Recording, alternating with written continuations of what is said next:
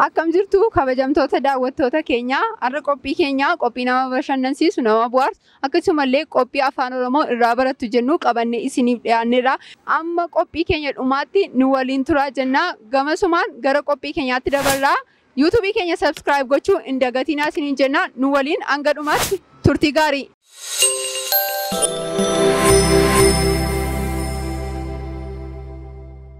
Maqaa kee olaanaa? Maqaan kee Falmataa Baraaraan jedhama. Maqaan kee Urgeessaan jedhama. Hawwiin jedhama. Tizitaan jedhama. Maqaan koo Mirgisaa Guddisaan jedhama.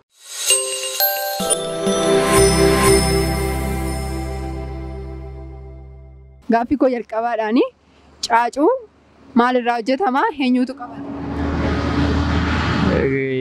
Caacuu wanta irraa hojjetamu illee hin beeku garuu caacuun kan yeroo sirna garaagaraa ittiin qabatamu adeemsi. Shamarrantu qabata keessumaa haadholii keenya jechuudhaan qabata. Yeroo sirna garaagaraa yeroo bakka irreecha minamina irratti. Garuu wanti na Caacuun maalirraa hojjetama? Kan qabatu immoo eenyu? Caacuun maalirraa akka inni hojjetamu hin beeku garuu kan qabatu immoo haadholii siiqqee na fakkaata. Siiqqee qaba? Akka sadeen yaala.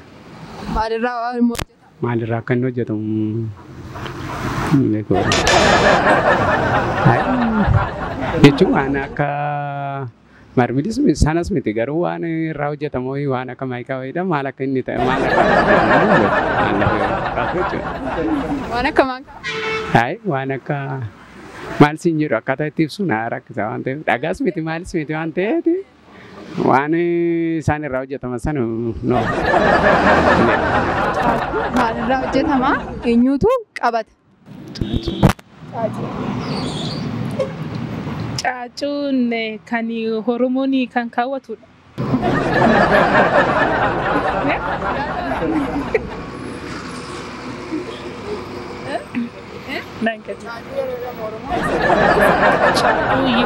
Oromoo keessatti yogguu irreecha uffata wajjin kan deemu jechuudha. Kan isaan godhatan yogguu irreecha innaa yogguu gaa'ela adda addaa irratti namoonni hedduun godhatan. Isa caacuu jedhama akka keenyatti jechuudha. Caacuun maalirraa hojjetama? Eenyutu qabata? Caacuu haadha gadaa qabata, haadha siiqqee qabata. Caacuun kan hojjetamu kileellaa irraa hojjetama. Gaafa horii jechuudha. Maali? Gaafa irraa hojjetama. Kan qabatu Haadha siiqqee yaa Oromoonni siiqqee qabata. warra kam jechuudha? Warra kam? Malee amantiidhaan jechuun aadaadhumaaf jedhu hunduu qabachuu danda'a. Gaaffii koo lammaffaadhaani gaaffii afaan Oromooti. Saawwii hokkolee didde okkotee hin diddu jedhu maal jechuu barbaade? Kanaafuu gaa'ee wanta tokko gochuu didde kallattii biraatiin hima dunduu san bakka garaa biraatiin jechuun jecha gaafa naan galle garuu mammaaksa bakka erga fedhaan didde dirqama fudhachuu hin diddu jechuudha. Jechuun wanta fedhiin erga didde hin goota dandeessisa jechuudha garaa biraatiin. Haa fakkeenya gaa wanta tokko fedhiin amma ergansi gaafadhee sirraa dhabe dirqamaan immoo si gochuu hin danda'u. Wanta dhabus danda'us wantaan godhe sana jechuudha. Tole gaaffii koo lammataadhaani gaaffii afaan Oromooti. Saawwii okkolee didde okkotee hin diddu jechi kun maal jechuu barbaade? Saawwii okkolee didde okkotee hin diddu jechuun fakkeenyaaf gaafa saanii ta'e tokko saanii kan ishiin naannootti akka ishiin aannan elmamtuufidha waan ta'eef gaafa aannan sana didde yookiin immoo okkolee itti elman sana gaafa diddee dhiitatte yookiin immoo waan sana didde dirqama gara qalmaatti deemte waan ta'eef okkotee hin diddu gaafa san immoo qalma okkotee itti naqanii danfisan ni jedhu waan ta'eef foon ishee jechuudha. Kanaafuu okkolee yoo didde okkotee hin diddu kan jedhamuuf yoo aannan bahuu didde foon itti nyaatamuu hin diddu jechuudha. Qalamuun didduu jechuudha. Gaaffii koo lammataadhaani gaaffii afaan Oromooti. Saawwii okkolee didde okkotee hin didduu jedhu maal jechuu barbaadeeti jechuudha? Saawwii jechuun sa'a jechuudha. Sa'a elmamuu didde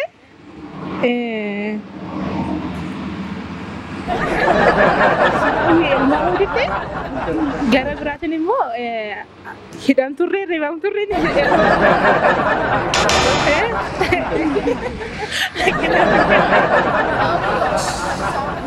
Okkotee jechi jedhu maal jechuu barbaade? saawwi okkoleetti elmamuu diddee okkoteetti elmamuu didde. Gaaffii koo lammaffaadhaani. Gaaffii afaan Oromooti. Saawwi okkolee diddee okkoteen didduu jechi jedhu maal jechuu barbaade? Saani okkolee didde okkoteen didde jechuun tokko didu waan tokko fakkeenyaaf saani okkotee didu okkoleen didu jechuun yoo isheen tokko didde tokko gurguree illee jijjiirachuu jijjiirachuu danda'a gurguree. Kanaafuu saawwi isheen maal ta'uu diddeedha kan inni jijjiirachuu danda'u? Yoo isheen fakkeenyaaf yoo isheen amala gadhee qabaatte gurguratee jijjiirachuu danda'a. Saawwa biraa. Saawwa biraa bitachuu danda'a.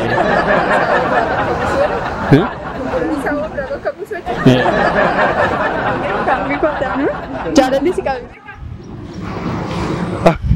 Eeyyan na qabee beeka. gaafa si qabee akkamitti ofirratti bara? Bakka fakkeenya jira miti waanuma nama sanii yaaddaa caaluma bakka yaadni kee walumaa galatti nama san bira ta'a jechuudha.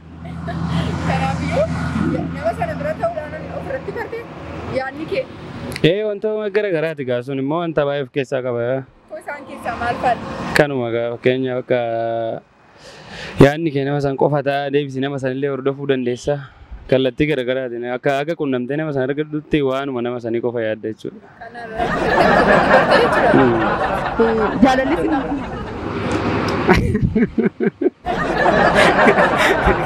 Jaalalli kan maali?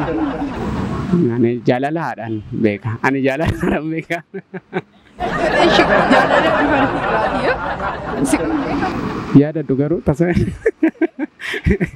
naqamee natti fakkaatu. si qabee jaalalli takkaa si qabee beeku. Sanadha malee naqamee beeku. Battaanudhaani jaalalli si qabee beeku.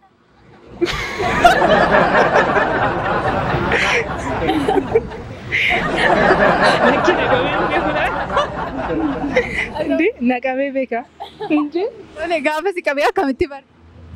Yegguu jaalalli si qabu bakka nama saniif yaada addaa keessa osoo hin taane nama sanii yegguu argite yegguu hundumaa isa argitu malee yookiin rafuu baachuu dandeessa nyaatas nyaachuu baachuu dandeessa. Bakka yegguu barumsa baratte waan addaa keessa waan isaa malee waan yaadduuf waa'ee barumsa yaaddu jechuudha. Yaadaan isa bira taa'u jechuudha. Amma fakkeenyaaf maatii yoo na ergaan isaanii dhiisee yaada biraa keessa seenaa jechuudha. Kanaaf ofirratti baraadee ta'e Nama sanirraa jaalalli naqame kan jiru.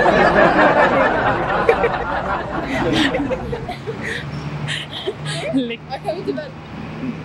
Ani nama tokko gaafan jaalladhu wayii nama sanaa malee homaa tokko yaaduu hin danda'u.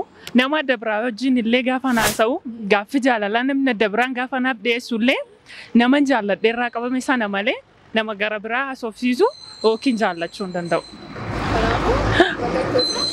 Mallattoon nama sana jaalladhe malee nama adda biraatti haasa'uu hin danda'u. Nama sana baay'ee gatiin jaalladhu fedhe nama adda biraa wajjin haasa'uu hin danda'u. Jaalalli si qabee. Jaalallanallee nama qaba jaalalli dhala namaa waan ta'eef nama si qaba jaalalli. Gaafa si qabee akkamitti ofirratti barte? Akkamitti barte gaafa si qabee? Jaalalli kee miiruma keessa jirudha. Waan jaalalli tokko gaafa ishee irraa si qabu tokko yookaan dubartii tokko irraa si qabe jaalalli keessa geessimidha waan ta'eef. Akkamitti ofirratti barte akka inni si qabe sana gochaa akkamitti bara? Gochaanuma keessa kennaanuma keessa jira waan ta'eef fakkeenyaaf gaafa jaalalli nama qabu tokko ishee irraa yoo na qabe jaalalli ilaalle kan guyyaa beekta waa'ee ishee na yaachisa. Keessa koo beekta akkamittan ishee argadhu yaaduudhaan maqaa galgalaa ganama akkattan argadha yaadu sana. Kanaafuu yaaduudhaan ta'u. Yaaduudhaan yaa'uudha karaan ishee ittiin argatan kan godhatu. Gaafni battaanudhaani footoo kana sitti agarsiisa. Maaliin beekamti maqaan ishee? Maaramee harkaati. Maaliin beekamti? Maaramee harkaa gootummaadhuma garuu hin beeku seenaa ishee dubbisee hin beeku dhagayeetuma hin beeka malee. Mootummaa ishee Kan biraa Yara doro ni dubbisee illee hin beeku ishee qofa hin beeku. Dubbisee hin beeku. Waa ishee qoradhee hin beeku. Footoon kun maaliin beekamti? Hojiin ishee jechuudha. Natti himtuun. Kan biraanis jira kunoo. Maaliin beekamti? Aadaa Oromoo ibsuudha. Weellistuu ta'uudhaan moo? Weellistuu ta'uudhaan moo? Weellistuudha maqaan ishee. Maqaan ishee hin beeku ani. Maqaan ishee yaada. Nama beekamtuudha. Oromoo keessatti. Maqaan ishee eenyudha? Hojii ishee maaliin beektu?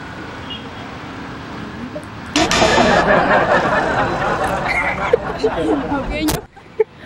Abuute Sarraati? Yaada Abuute Sarara.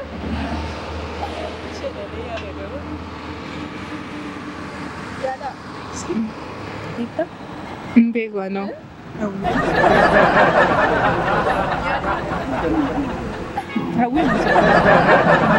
Footoo kanan sitti agarsiisa. Suuraa kana maaliin beekamtiin? Gootummaadhaan beekamti. Gootummaadhaan beekamti. Maqaan ishee. Maqaan ishee Maaramee Harqaadhamti. Maaramee Harqaa? Maal qofaadha? Yaa illee hojii ishee illee waadaa illee beekuu danda'u yaa akkasumatti gootummaan ishee. Tokko sitti agarsiisa. Eenyu jedhamti? Hojiin ishee maalodha?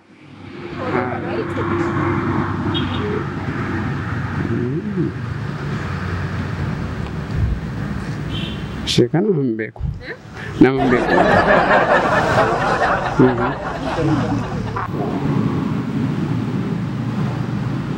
Halluu daawwii? Halluu daawwiidha hin beeku ishee. Hin beeku.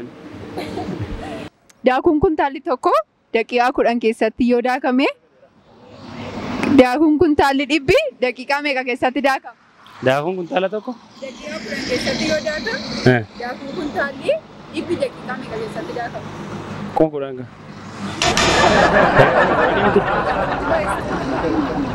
Kudhan si'a dhibba.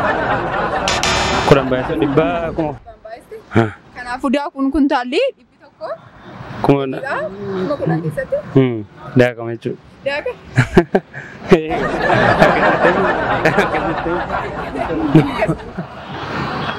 Daakuun kuntaala tokko daqiiqaa 10. Keessatti yoo daakame Kuntaalli dhibbi immoo daqiiqaa meeqa keessatti daakama? kuntaalli dhibbi jechuun kuntaalli tokko daqiiqaa 10 dhibbi kuma tokko obbo. Kuma tokko. Tole gaaffii koodhumaadhaan sirba afaan Oromoo beektu keessaa tokko nu jedhe. Sirba afaan Oromoo. Sirba afaan Oromoo keessa maal garuu sagaleen kiyya hin ta'u gaa sirbaa qabu. Waa'ee keenya yoo itti dhiisan silaa nama niisu osoo keenya takka hin taane osoo jirru nu takka hin jirre maal godhu takka hin jirre jiruu faana gargar baane itti dhiisnee silaa gad hin teenye walii gallee yoo kana laan galle ofii taani maa nasaase.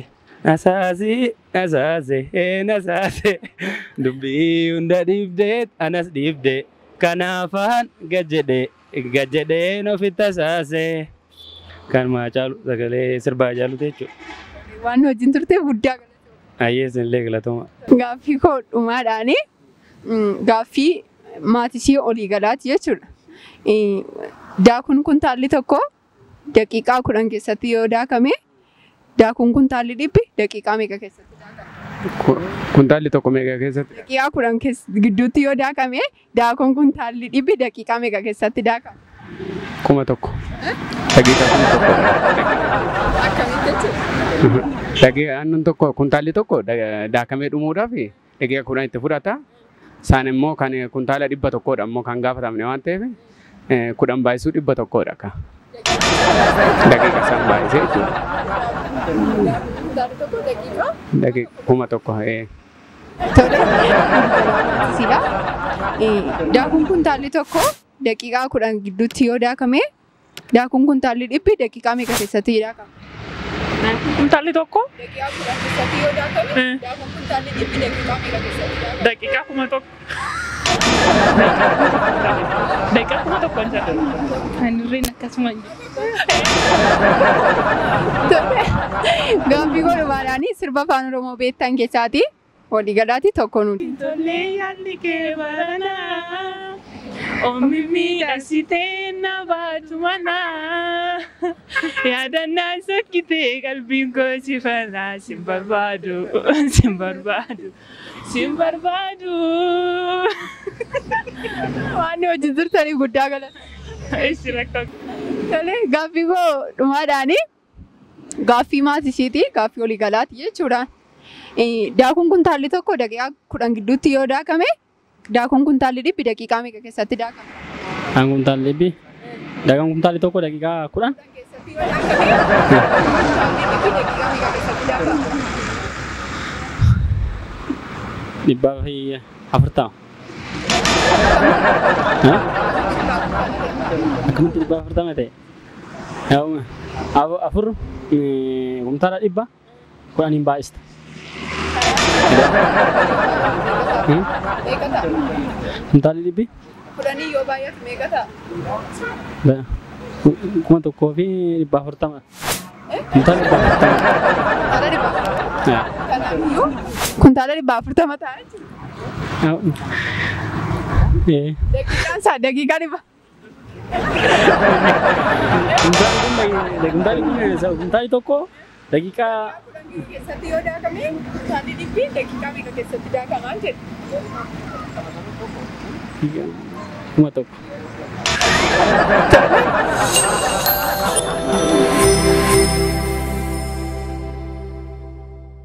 Egaa kabajamtoota daawwattoota keenya daandii gubbaarra deemnee namoota gaafachaa turre deebii namoota gaafachaa turreef deebii isaa kennuuf deebineerra gaaffii koo jalqabaadhaanii caacuun maalirraa hojjetama eenyutu qabata jedhee gaafadheen ture caacuun kan qabatu dubartii deesseedha kan inni irraa hojjetamu immoo gogaa loonii irraati dubartii deessetu qabata jechuudha. Gaaffii koo lammaffaa keessatti saanni hokkolee diddee hokkotee hin diddu kan jedhu gaafadheen ture akkasumallee yoo aannan kennuu diddee qalamuu hin diddu jechuu barbaadeeti deebiinsaa akkasidha. Gaaffii koo itti aanuudhaan jaalalli si qabee beekaa akkamitti bartee gaafa inni si qabe jedhee gaafadheen ture gabanumaanii jaalalli si qabee beekaa jaalalli si qabee beekaa orri si qabee beeku akkamitti ofirratti bartanii gamasumaan deebii kana isinumaa fi inni isaa jechuudha. Gaaffii koo itti aanu keessatti suuraa tokko gaafadheen ture. Suuraan kunis eenyuudha maaliin beekamti jedhee gaafadheen ture. Suuraan kunis Maaramee Harqaadha. Weellistuudhaa fi goota jabduudha jechuudha. Maarameen Harqaa jechuudha. Seenaa baay'ee kan Oromoo keessatti akka dubartiitti qabdu keessaa ishee tokkodha. Gaaffii koo dhumaa keessatti daakuun kuntaalli tokko daqiiqaa 10 keessatti yoo daakame daakuun kuntaalli dhibbi daqiiqaa meeqa keessatti daakama jedhee gaafadheen ture. Daakuun siluma waan daakutee fi hin daakamu daqiiqaallee hin qabu daakuu waan ta'eef waan daakamu hin qabu jechuudha. Egaa daawwattoota kabajamtoota keenya qophiin har'aaf qopheeffannee kana fakkaata ture akkasiin itti bashannantan itti bohaartan illee abdii guutuu qabna. Ani qopheessuudhaan Abaaboo Yoosef gama ogummaa kaameraan dabalaa Tolasaa isinii waliin turreerra hanga torbee qophii biraa qabannee deebinutti torbee gaarii isiniif hawwina.